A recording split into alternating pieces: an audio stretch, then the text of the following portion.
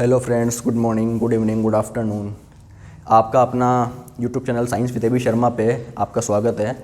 Friends, आज अपन chapter number 2 complete करने वाले हैं प्रकाश का। कल अपन ने चैप्टर नंबर 1 कंप्लीट कर लिया था, आज अपन चैप्टर नंबर 2 कंप्लीट करने वाले हैं। कल का जो वीडियो था थोड़ा लास्ट में वो हल्का सा पॉज हो गया था मुझसे, पॉज मीन वो स्टॉप हो गया था वहाँ पे।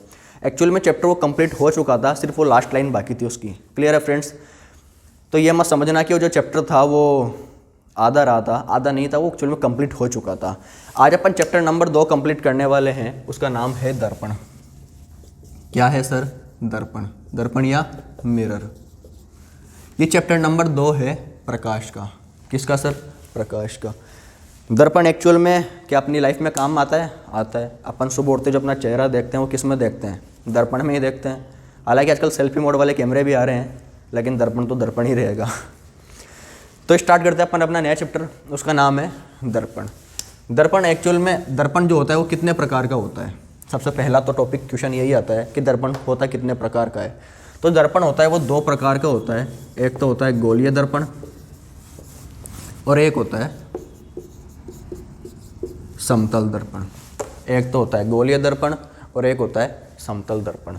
ये जो गोलीय दर्पण होता है ये अगेन 2 प्रकार का होता है। ये जो गोलीय दर्पण होता है ये अगेन 2 टाइप्स का होता है, 2 प्रकार का होता है। एक तो होता है अवतल और एक होता है उत्तल दर्पण। कौन सा दर्पण सर? उत्तल दर्पण। ये जो अवतल दर्पण होता है इसे अपन बोलते हैं कॉनकेव मिरर। कौन सा मिरर? Concave mirror. और इसे अपन कौन सा मिरर बोलते हैं? इसे अपन बोलते हैं कॉन्वेक्स मिरर। कौन सा मिरर? Convex mirror.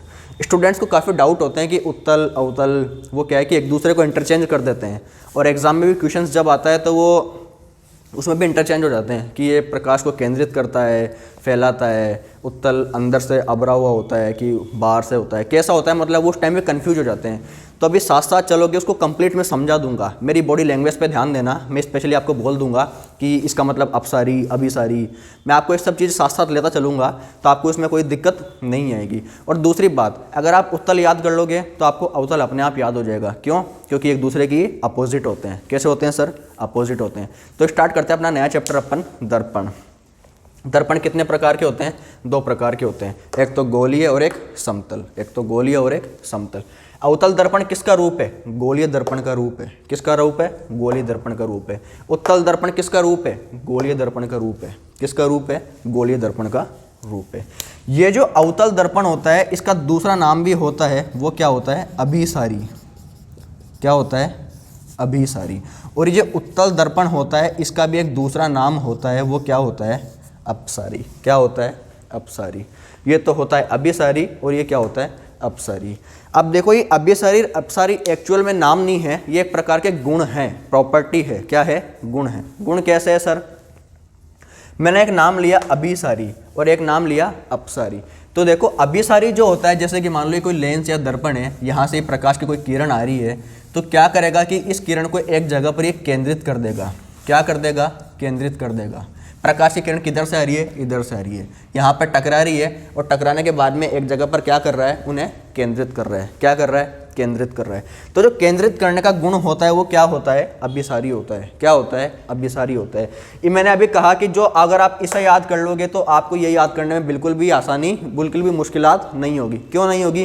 क्योंकि इसका जस्ट अपोजिट ये होता है। क्या होता है? इसका जस्ट अपोजिट ये होता है। इसके अंदर अगर प्रकाश को एक जगह केंद्रित कर रहा है, इसके अंदर अगर ये प्रकाश को एक जगह केंद्रित कर रहा है तो फिर इसमें क्या होगा? इसमें प्रकाश को फैला देगा, बस दैट सिंपल। इतना सही है। इसके अंदर जैसे मान लो कि ये कोई लेंस है। क्या है? ये कोई लेंस है, प्रकाश की किरण आ रही है, आ रही है सर, क्या कर देगा? ये फैला देगा। क्या कर देगा? ये फैला देगा। कुल मिलाकर कहने का मतलब है कि अपसारी, अप मतलब अपसारी मतलब फैलाना। मैं कह रहा हूँ वापस से, बॉडी लैंग्वेज पे ध्यान देना, आपको इजीली याद हो जाएगा। अपसारी क्या कर रहा है? फैला रहा है, अपसारी। बस एक याद कर लो, दूसरा अपने आप याद हो जाएगा। क्लियर है फ्रेंड्स? समझ में आया इतना? हाँ, इसके अंदर एक चीज़ ये देखो कि जैसा व्यवहार अवतल दर्पण करता है वैसा ही व्यवहार उत्तल लेंस भी करता है। जैसा व्यवहार अवतल दर्पण करता है वैसा ही व्यवहार उत्तल लेंस भी करता है। वापस से मेरी बात सुनना, जैसा व्यवहार अवतल दर्पण करता है वैसा ही व्यवहार उत्तल लेंस भी करता है। कुल मिलाकर के कहने का मतलब ये है कि अगर अपन उत्तल लेंस को अभिसारी लेंस बोलेंगे तो भी गलत नहीं होगा। क्या नहीं होगा सर? गलत नहीं होगा। क्यों? क्योंकि अभिसारी तो एक प्रॉपर्टी है, ये तो एक गुण है, ये एक जगह केंद्रित कर रहा है प्रकाश को। क्या है? ये एक प्रकार का गुण है। तो इसे अपन अभिसारी दर्पण भी बोल सकते हैं और अभिसारी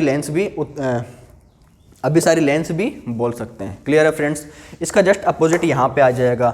अगर जैसा ये उत्तल दर्पण व्यवहार करता है, ठीक वैसा ही व्यवहार अवतल लेंस करता है। कौन सा लेंस करता है सर? अवतल लेंस करता है। जो प्रतिबिंब इसके अंदर बनेंगे सेम वो के वही प्रतिबिंब इसके अंदर भी बनेंगे। क्लियर है फ्रेंड्स? समझ में आया? तो अपन सबसे पहले कंप्लीट करेंगे अपन अपना अवतल दर्पण। कौन सा दर्पण सर? अवतल दर्पण।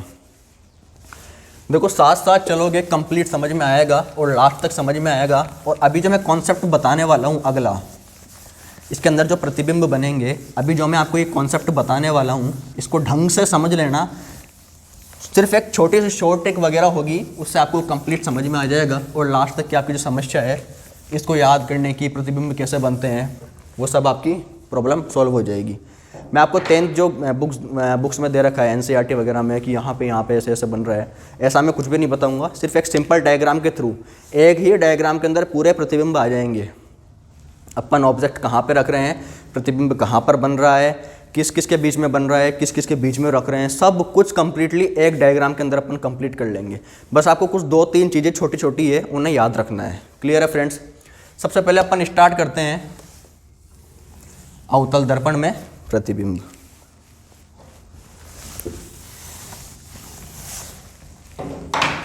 ये कौन सा दर्पण है सर? ये अवतल दर्पण है। कौन सा दर्पण है? अवतल दर्पण है। इसके अपन इस तरफ पॉलिश करेंगे। क्या कर देंगे सर? पॉलिश कर देंगे। मैंने कल भी बताया था कि पॉलिश जो करते हैं वो किसकी करते हैं? AgNO3 की करते हैं। इसका दूसरा नाम क्या है? Silver nitrate. क्या नाम है? Silver nitrate. इसका एक नाम और है, वो है लूनार कास्टिक। क्या है? Lunar caustic. और इसका एक नाम और है, वो है अमिट शाही। क्या नाम है? अमिट शाही। अमिट शाही जो होती है वो जो अपने इलेक्शंस वगैरह होते हैं वहाँ पे काम आती है। जैसे ये अभी देखिए आप, हमारे यहाँ पे वोटिंग चल रही है, तो ये जो अमिट शाही है इस पे लगी हुई है। ये किसकी बनी हुई है? AgNO3 की बनी हुई है। जल्दी से मिटती नहीं है। किसके अंदर काम आती है सर? इलेक्शंस वगैरह में काम आती है। किसकी बनती है? AgNO3 या सिल्वर नाइट्रेट की बनती है। इसका दूसरा नाम क्या है? लूनार कास्टिक है। क्लियर है फ्रेंड्स? समझ में आया? अब देखो अपन जो पढ़ रहे हैं वो पढ़ रहे हैं अवतल दर्पण में प्रतिबिंब। किसके अंदर? अवतल दर्पण में प्रतिबिंब। तो इस अवतल का मतलब क्या होता है? इस अवतल का मतलब होता है दसा हुआ। कैसा? दसा हुआ।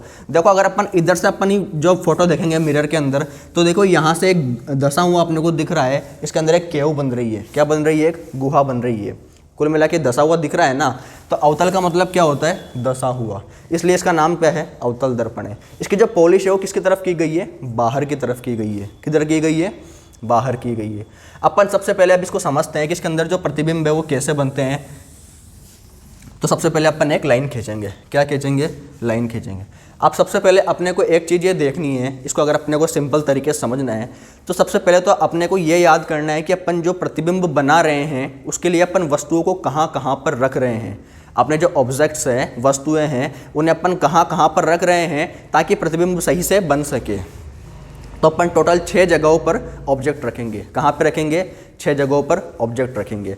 अब देखो सबसे पहले तो आप उस पॉइंटों को याद करो, जिन जिन पॉइंटों के ऊपर ऑब्जेक्ट रखना है और जिन जिन पॉइंटों के बीच में ऑब्जेक्ट रखना है। सबसे पहले तो आप वो याद करो। देखो सबसे पहला जो आता है पॉइंट, वो आता है इन्फिनिटी। क्या आता है?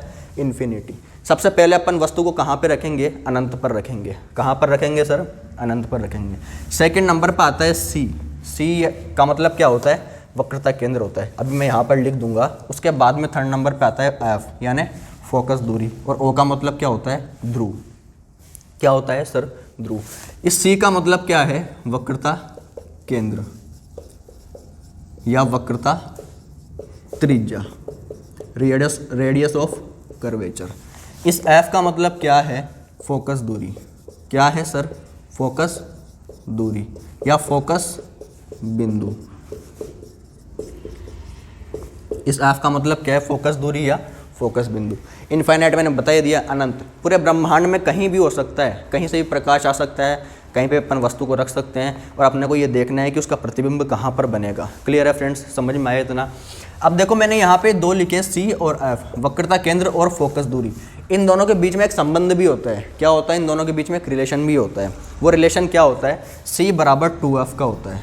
इसको याद रखना काफ़ी इंपॉर्टेंट है। सी बराबर 2f का रिलेशन होता है। कैसा होता है सर? सी बराबर 2f का। एग्जाम में सीधा सीधा क्वेश्चन पुट अप हो जाता है कि अवतल दर्पण के अंदर सी और एफ के मध्य संबंध बताइए। अवतल दर्पण के अंदर सी और एफ के मध्य संबंध बताइए। ऑप्शन आ जाएगा सी बराबर 2f, एफ बराबर 2c, सी बराबर 3f, एफ बराबर 3c। ऑप्शन क्या होगा? सी बराबर 2f। सी बराबर 2f कैसे हुआ? अब सबसे पहले अपन इसको समझते हैं।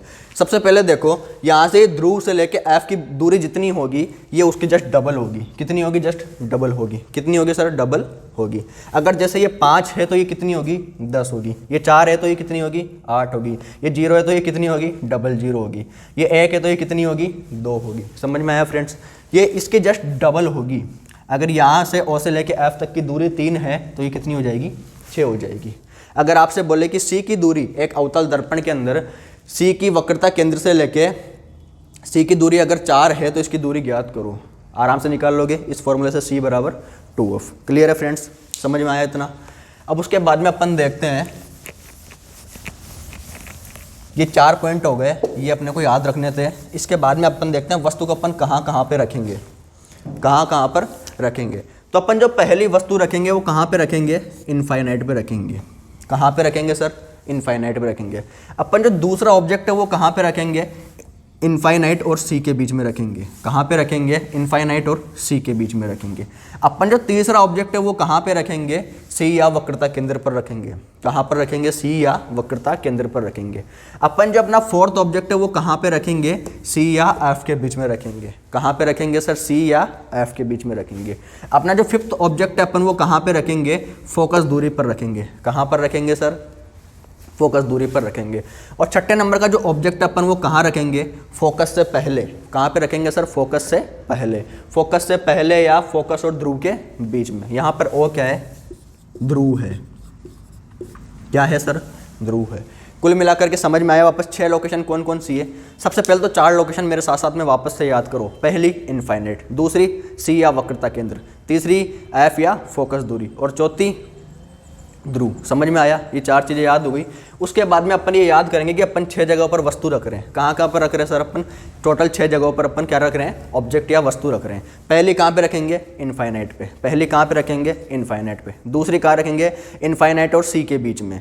तीसरी कहाँ रखेंगे? वक्रता केंद्र पर। चौथी कहाँ पे रखेंगे? वक्रता केंद्र और फोकस के बीच में। पाँचवीं कहाँ पे रखेंगे? फोकस पे। और छठी कहाँ रखेंगे? फोकस से पहले, या मतलब फोकस और ध्रुव के बीच में। क्लियर है फ्रेंड्स?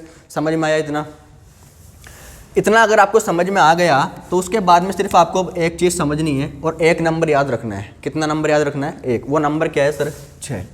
आपको ये 6 नंबर याद रखना है और इस 6 नंबर की बेसिस पे अपन समझ लेंगे कि जो प्रतिबिंब है वो कहाँ पर बन रहा है और अपन वस्तु को कहाँ पर रख रहे हैं। पहले तो ये याद कर लिया कि 6 वस्तुएं हैं, कहाँ 6 जगह पर रखना है, कहाँ कहाँ पर रखना है। ये पूरी लोकेशंस ये रही। वापस से आप एक बार और रिपीट कर लीजिएगा। इन 6 लोकेशंस पे अपने को रखना है और नंबर भी कौन सा याद रखना है? सिर्फ 6 नंबर याद रखना है। अब आप इस कॉन्सेप्ट को समझ लेना कि 6 नंबर का कॉन्सेप्ट एक्चुअल में है क्या। आप बस इस 6 नंबर के कॉन्सेप्ट को मेरे साथ साथ में समझना। सबसे पहले देखो, अपन ने जो वस्तु रखी है वो 1 पर रखी है। कहाँ पर रखी है? 1 पर। 1 का मतलब अनंत पर रखी है। अपन ने वस्तु कहाँ पे रखी है सर? अनंत पे रखी है। इसका नंबर कितना है? 1। इस 1 में कितना जोड़ा जाए कि 6 बन जाए? इस 1 के अंदर कितना जोड़ा जाए कि 6 बन जाए? तो सर 5 जोड़ा जाएगा तो कितना बन जाएगा? 6। कुल मिला करके कहने का मतलब ये है कि अगर वस्तु अनंत पर रखी है तो उसका जो प्रतिबिंब होगा वो कहाँ पर बनेगा? फोकस दूरी या फोकस बिंदु पर। समझ में आया? नहीं आया? वापस से देखो एक बार से। ये नंबर कितना है? 1। ये नंबर कितना है सर? 1। कहाँ पे है वस्तु? अनंत पर है। अगर वस्तु को अपन अनंत पर रखें तो उसका प्रतिबिंब कहाँ पर बनेगा ये जानने के लिए अपने को क्या करना है? एक नंबर याद रखना है, वो नंबर है 6। कितना नंबर है सर? 6। अगर अपन वस्तु को 1 पर रख रहे हैं तो इस 1 को 6 बनाना है अपने को, तो इसमें अपने को कितना ऐड करना पड़ेगा सर? अपने को 5 ऐड करना पड़ेगा। कितना ऐड करना पड़ेगा? अपने को 5 ऐड करना पड़ेगा। और 5 कहाँ पे? यहाँ पर है। तो कहने का मतलब ये है कि अगर वस्तु अनंत पर रखी है तो उसका जो प्रतिबिंब होगा वो F पर या फोकस बिंदु पर बनेगा। कहाँ पर बनेगा? F पर या फोकस बिंदु पर बनेगा। अब देखो समझो इसको, मैंने इसको उल्टा बनाया है ऐसे। कैसा बनाया है? उल्टा बनाया है। इसका मतलब प्रतिबिंब कैसा बनेगा? उल्टा बनेगा। कैसा बनेगा? उल्टा बनेगा। और वास्तविक बनेगा। कैसा बनेगा? वास्तविक और बिंदुवत बनेगा। कैसा बनेगा सर? बिंदुवत बनेगा। प्रतिबिंब कैसा बनेगा? उल्टा, वास्तविक और बिंदुवत। अब एक चीज़ और याद रखो कि जो उल्टा होता है वो हमेशा वास्तविक होता है और जो सीधा होता है हमेशा आभासी होता है। क्लियर है फ्रेंड्स? उल्टा बनेगा, वास्तविक बनेगा और बिंदुवत बनेगा। बिल्कुल बिंदु के समान बनेगा जो आपको दिखेगा भी नहीं। सेकंड नंबर पे देखो, वस्तु कहाँ पे रखी है? अनंत और सी, अनंत और वक्रता त्रिज्या वक्रता केंद्र के बीच में रखी है। अब देखो वस्तु वक्रता त्रिज्या और अनंत के बीच में रखी है तो उसका नंबर कितना है? 2। कितना नंबर है? 2। अपने को कितना बनाना है? 6 बनाना है। सर कितना बनाना है अपने को? 6 बनाना है। इस 2 के अंदर कितना जोड़ा जाए कि 6 बन जाए? इस 2 के अंदर कितना जोड़ा जाए कि 6 बन जाए? आंसर होगा सर 4। अपने को 4 ऐड करना पड़ेगा, तब कितना बन जाएगा? 6 बन जाएगा। तो कहने का मतलब ये है कि अगर वस्तु, अगर ऑब्जेक्ट अनंत और सी, इनफाइनाइट और वक्रता केंद्र के बीच में रखी हुई है तो उसका जो प्रतिबिंब है वो कहाँ पे बनेगा? सी और एफ के बीच में बनेगा। कहाँ पर बनेगा सर? सी और एफ के बीच में बनेगा। क्यों बनेगा सर? ये नंबर 2 है, बनाना कितना है? 6। कितना जोड़ना पड़ेगा? 4। तो वस्तु कहाँ पे रखी है? इनफाइनाइट और सी के बीच में। प्रतिबिंब कहाँ पे बन रहा है? सी और एफ के बीच में। क्लियर है फ्रेंड्स? समझ में आया? कैसा बनेगा? उल्टा, वास्तविक, वस्तु से छोटा, वस्तु से छोटा।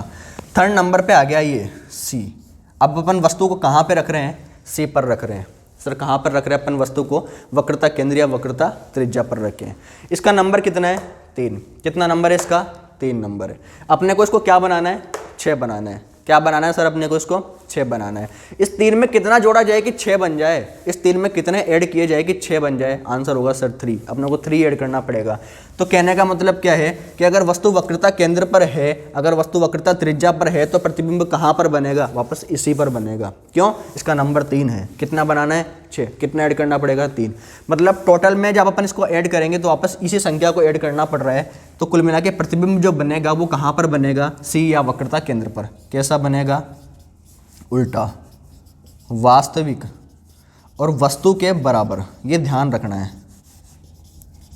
वस्तु के बराबर। एग्जाम में क्वेश्चन आ जाता है अवतल दर्पण के अंदर वस्तु को कहाँ पर रखा जाए कि प्रतिबिंब सेम उसके बराबर ही बने। अवतल दर्पण के अंदर वस्तु को कहाँ पर रखा जाए कि उसका जो प्रतिबिंब है वो वापस वहीं पर बने। तो अपना जो आंसर होगा वो होगा सी या वक्रता केंद्र। अगर अपन वस्तु को वक्रता केंद्र पर रखेंगे तो उसका जो प्रतिबिंब होगा वो वापस वक्रता केंद्र पर ही बनेगा। अपना देखो अब 4th नंबर पे अपन वस्तु को कहाँ पर रख रहे हैं? अपन 4th नंबर पे वस्तु को रख रहे हैं वक्रता केंद्र और एफ के बीच में। कहाँ पे रख रहे हैं? वक्रता केंद्र और एफ के बीच में। इसका नंबर कितना है? 4। बनाना कितना है? 6। कितने जोड़ने पड़ेंगे? कितने ऐड करने पड़ेंगे? 2। तो प्रतिबिंब होगा वो कहाँ पर बनेगा? 2 नंबर पर बनेगा। किस किस के बीच में बनेगा? इनफाइनाइट और सी के बीच में बनेगा। किस किस के बीच में बनेगा? इनफाइनाइट और सी के बीच में बनेगा। वस्तु कहाँ पर रखी है? सी और एफ के बीच में रखी है। प्रतिबिंब कहाँ पे बन रहा है? इनफाइनाइट और सी के बीच में। कहाँ पे बन रहा है? इनफाइनाइट और सी के बीच में। कैसा बन रहा है? उल्टा, वास्तविक, वस्तु से बड़ा, वस्तु से बड़ा। ठीक है फ्रेंड्स, अब ये देखो 6 नंबर है। वस्तु कहाँ पे रखी है? फोकस पर रखी है। कहाँ पे रखी है? फोकस पर रखी है। कितना नंबर है? 5 नंबर है। कितना बनाना है? 6। कितना बनाना है सर? 6 बनाना है। कितना जोड़ा जाए? 1। तो प्रतिबिंब कहाँ पर बनेगा? अनंत पर बनेगा। अब समझ में आपको कंप्लीटली आ जाएगा कैसा बनेगा? उल्टा, वास्तविक और वस्तु से बहुत बड़ा, वस्तु से बहुत बड़ा। अब देखो समझने की बात सीधी सी वापस से ये आ रही है, अगर अपन वस्तु को इन्फिनिटी पे रखेंगे तो प्रतिबिंब जो होगा वो फोकस बिंदु पर बनेगा। अगर अपन वस्तु को इन्फिनिटी पे रखेंगे तो जो प्रतिबिंब होगा वो फोकस बिंदु पर बनेगा। अगर अपन वस्तु को इन्फिनिटी और सी के बीच में रखेंगे तो प्रतिबिंब जो होगा वो सी और एफ के बीच में बनेगा। और अगर अपन वस्तु को वापस सी या वक्रता केंद्र पर रखेंगे तो जो प्रतिबिंब होगा वो वापस वक्रता केंद्र पर ही बनेगा। क्लियर है फ्रेंड्स। इसका जस्ट अपोजिट यहाँ से हो जाएगा। अगर मैं करूँगा तो कांटा पीसी हो जाएगी, इसलिए इसका अपोजिट आप कर लीजिएगा।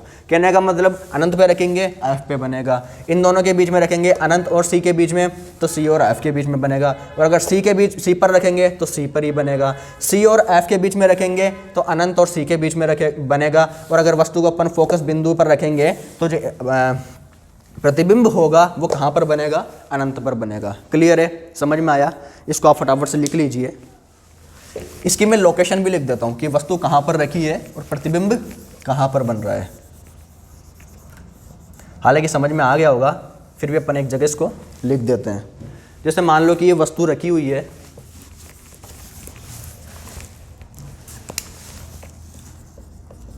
ये वस्तु रखी हुई है और ये है इसका प्रतिबिंब। क्या है, प्रतिबिंब। अगर वस्तु इनफाइनाइट पर रखी है, कहाँ पे रखी है, इनफाइनाइट पे रखी है, तो इसका जो प्रतिबिंब है वो कहाँ पर बन रहा है, एफ पर बन रहा है। कहाँ पर बन रहा है, एफ पर बन रहा है। अगर जो ऑब्जेक्ट है वो इनफाइनाइट और सी के बीच में रखा है, अगर जो ऑब्जेक्ट है वो इनफाइनाइट और सी के बीच में रखा है तो प्रतिबिंब कहाँ पर बनेगा, सी व एफ के बीच में बनेगा। कहाँ पर बनेगा सर, सी व एफ के बीच में बनेगा। थर्ड नंबर पे वस्तु कहाँ पे रखी है, थर्ड नंबर पे वस्तु रखी है सर सी पर, सी यानी वक्रता केंद्र पर, तो प्रतिबिंब कहाँ बनेगा, सी या वक्रता केंद्र पर। अगर फोर्थ नंबर अपन लोकेशन देखें तो वस्तु कहाँ पर रखी है, सी और एफ के बीच में। कहाँ पे रखी है सर, सी और एफ के बीच में, वक्रता केंद्र और फोकस दूरी के बीच में, तो प्रतिबिंब कहाँ पर बनेगा, अनंत और सी के बीच में। कहाँ पर बनेगा, अनंत और सी के बीच में। फिफ्थ नंबर पे वस्तु अगर फोकस बिंदु पर रखी है, कहाँ पर रखी है, फोकस बिंदु पर रखी है, तो प्रतिबिंब कहाँ पर बनेगा, अनंत पर बनेगा। कहाँ पर बनेगा सर, अनंत पर बनेगा। अब देखो यहाँ पे एक नंबर बच रहा है, 6 नंबर। क्या नंबर बच रहा है, 6 नंबर। इसका जो प्रतिबिंब बनेगा वो दर्पण के पीछे की तरफ बनेगा। किधर की तरफ बनेगा सर, दर्पण के पीछे की तरफ बनेगा। ये भी याद रखना, दर्पण के पीछे की तरफ बनेगा। ये तो कैसा था, उल्टा था। ये कैसा बनाया मैंने, ऊपर, इसका मतलब सीधा होगा। मैंने एक लाइन कही थी, उल्टा कैसा होता है, वास्तविक। सीधा कैसा होता है, आभासी। तो ये कैसा बनेगा, सीधा, आभासी और वस्तु से बड़ा। इसकी ये लाइन भी याद रखना, वस्तु से बड़ा। कैसा बनता है, वस्तु से बड़ा, सीधा, आभासी और वस्तु से बड़ा। समझ में आया इतना, क्लियर है। वापस अपन इसको एक बार और सही से रिपीट कर लेते हैं। सबसे पहले अपन क्या लेंगे, अवतल दर्पण लेंगे। पहचान कैसे, दसा हुआ है, केव बनी हुई है, तो कौन सा दर्पण है, अवतल दर्पण है। इसके अंदर सबसे पहले अपने को ये ध्यान रखना है कि अपन 4 पॉइंट लेंगे। कितने पॉइंट लेंगे, 4 पॉइंट लेंगे। पहला इनफाइनाइट, दूसरा वक्रता केंद्र, तीसरा फोकस बिंदु और चौथा ध्रुव। ये 4 पॉइंट कंप्लीट हो गए। इन चारों पे अपन 6 जगहों पर ऑब्जेक्ट को रखेंगे और देखेंगे कि प्रतिबिंब कहाँ कहाँ पर बन रहा है। पहले अपन ऑब्जेक्ट कहाँ पे रखेंगे, इनफाइनाइट पे। दूसरा कहाँ पे रखेंगे, इनफाइनाइट और सी के बीच में। तीसरा कहाँ पे रखेंगे, सी पर। चौथा कहाँ पे रखेंगे, सी और एफ के बीच में। पांचवा कहाँ रखेंगे, एफ पर। और छठा कहाँ पे रखेंगे, फोकस के पहले, फोकस या ध्रुव के बीच में। क्लियर है फ्रेंड्स, समझ में आया इतना। इसे फटाफट से नोट कर लीजिए। इसके जो प्रतिबिंब है वो कहाँ पर बनेंगे, इसका एक आप ये बना लीजिए, एक डबल सर्कल बनाना। ये इनफाइनाइट है तो इसका यहाँ पर बनेगा, इसका यहाँ पर बनेगा और इसका यहीं पर बनेगा। इसका जस्ट अपोजिट ये हो जाएगा, इसका जस्ट अपोजिट ये हो जाएगा। यहाँ पे क्या है, इनफाइनाइट, यहाँ पे क्या है, सी, यहाँ पे क्या है, सी, यहाँ पर क्या है, एफ। क्लियर है फ्रेंड्स, समझ में आया इतना। इन दोनों के बीच में, इन दोनों के बीच में सिर्फ ये सर्कल याद कर लीजिएगा या वापस से ये याद कर लीजिएगा, दोनों बात एक ही है। क्लियर है, इसे फटाफट से आप नोट कर लीजिए। स्क्रीनशॉट ले लीजिए इसका।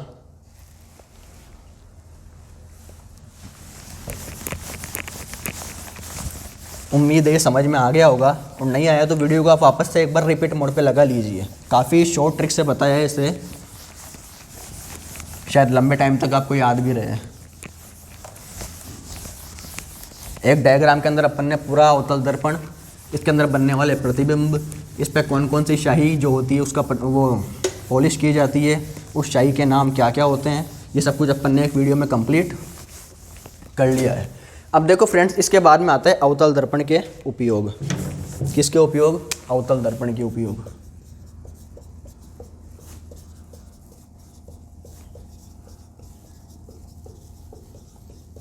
अवतल दर्पण के उपयोग, ये भी काफ़ी इंपॉर्टेंट है। किसके उपयोग सर? अवतल दर्पण के उपयोग। पहला जो इसका उपयोग है वो कहाँ पे किया जाता है? वो किया जाता है शेविंग मिरर में। दाढ़ी बनाते हैं ना अपन मतलब जेंट्स, तो शेविंग मिरर में, शेविंग मिरर के अंदर इसका उपयोग किया जाता है। सेकंड नंबर पे इसका उपयोग कहाँ पे किया जाता है? टॉर्च के अंदर किया जाता है। टॉर्च में कहाँ पे किया जाता है सर? टॉर्च में। थर्ड नंबर पे गाड़ियों की हेडलाइट्स में।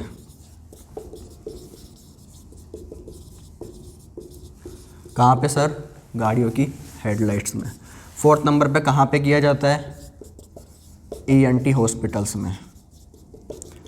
ENT हॉस्पिटल मतलब E मतलब ईयर, N मतलब नोज़ और T मतलब थ्रोट मतलब गला। नाक कान जो गले के जो हॉस्पिटल्स होते हैं उसके अंदर भी इसका उपयोग किया जाता है। और फिफ्थ नंबर पर डेंटिस्ट के द्वारा, दंत चिकित्सक के द्वारा। किसके द्वारा? दंत चिकित्सक के द्वारा। इसके बाद में 6 नंबर का इसका जो उपयोग है वो किया जाता है सौर उपकरणों में। जो सोलर प्लेट, सोलर कुकर वगैरह होते हैं उसके अंदर भी इसी का उपयोग किया जाता है। क्लियर है? समझ में आया? फटाफट से इसे नोट कर लीजिए।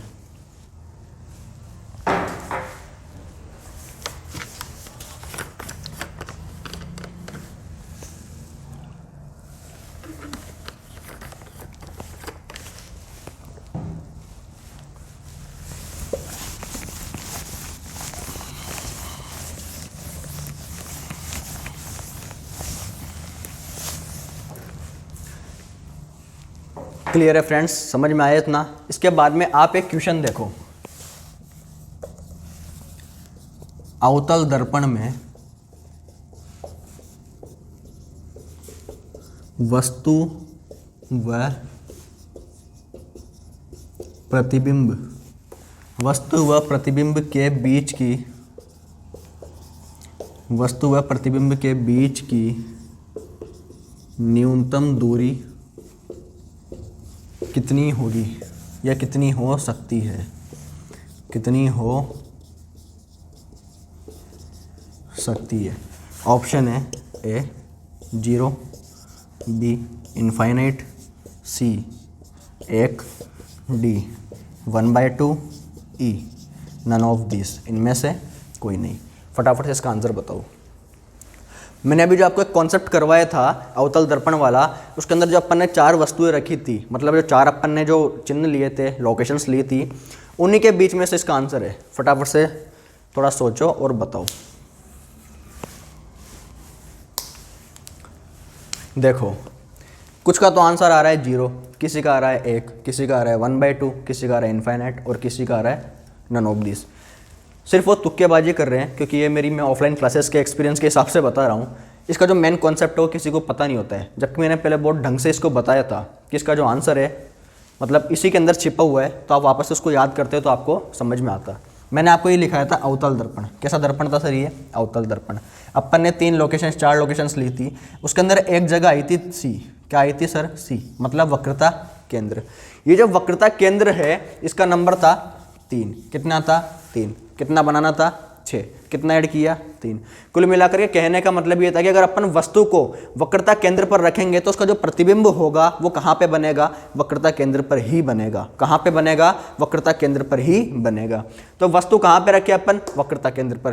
प्रतिबिंब कहाँ पर बन रहा है? वक्रता केंद्र पर। बीच की न्यूनतम दूरी कितनी हुई? 0, क्योंकि एक दूसरे में डिफरेंस है ही नहीं ना। जहाँ पे वस्तु रख रहे हैं वहाँ पर ही प्रतिबिंब बन रहा है, तो इसके बीच का न्यूनतम दूरी और इसका जो बीच का गैप है वो कितना होगा? 0 होगा। कितना होगा सर? 0 होगा। ऑप्शन नंबर 1 करेक्ट है। क्लियर है फ्रेंड्स? आज अपन ने पढ़ा है अवतल दर्पण। क्या पढ़ा है सर? अवतल दर्पण। आज के लिए सिर्फ इतना ही काफ़ी है। कल अपन पढ़ेंगे उत्तल दर्पण और समतल दर्पण।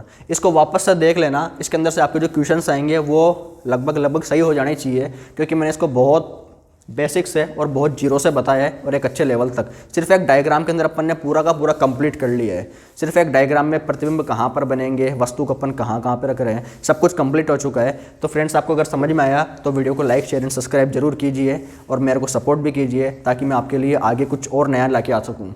क्योंकि मैं भी सोच रहा हूँ कि एक मेगा क्विज़ लेके आऊँगा, उसमें जो क्वेश्चंस होंगे, जितने भी क्वेश्चंस है ना, वो सब के सब अपन इसके अंदर रिपीट करेंगे, मतलब वापस से पढ़ेंगे।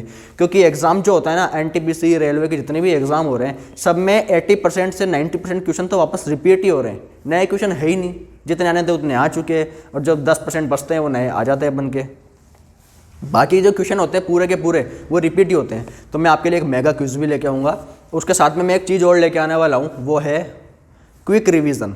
जो अपना जो वीडियो होगा लगभग 8 से 9 चैप्टर का होगा, लगभग 5 घंटे की समथिंग की क्लासेस होगी, उसे अपन 1 से सवा घंटे के अंदर कंप्लीट करेंगे। तो उसके अंदर मैं आपको ये समझाऊंगा नहीं कि जो अवतल दर्पण जो है, तरंगदैर्घ्य क्या होती है, आयाम क्या होता है, लंबावत क्या होता है, आपतित किरण क्या होती है, कोण आई कोण आ रही है, कुछ भी नहीं समझाऊंगा। उसके अंदर सिर्फ जो रिवीजन होगा ना फास्टली चलेगा। तो अगर आप इन वीडियो को कंप्लीटली देख लोगे तो आपको उसके अंदर कोई भी दिक्कत नहीं आने वाली है। क्लियर है फ्रेंड्स? तो अगर आपको वीडियो पसंद आए तो please like share and subscribe my channel and support me. अगर आप सपोर्ट करोगे तो चैनल और अच्छा बढ़ेगा और मेरे में भी अंदर एक्सपीरियंस, मतलब मेरे अंदर भी एक ऊर्जा आएगी और उस ऊर्जा को मैं आपके ऊपर इस वीडियो चैनल के ऊपर काम करूँगा और आपको और सक्सेस होने के अंदर आपकी भी हेल्प करूँगा। तो ठीक है फ्रेंड्स,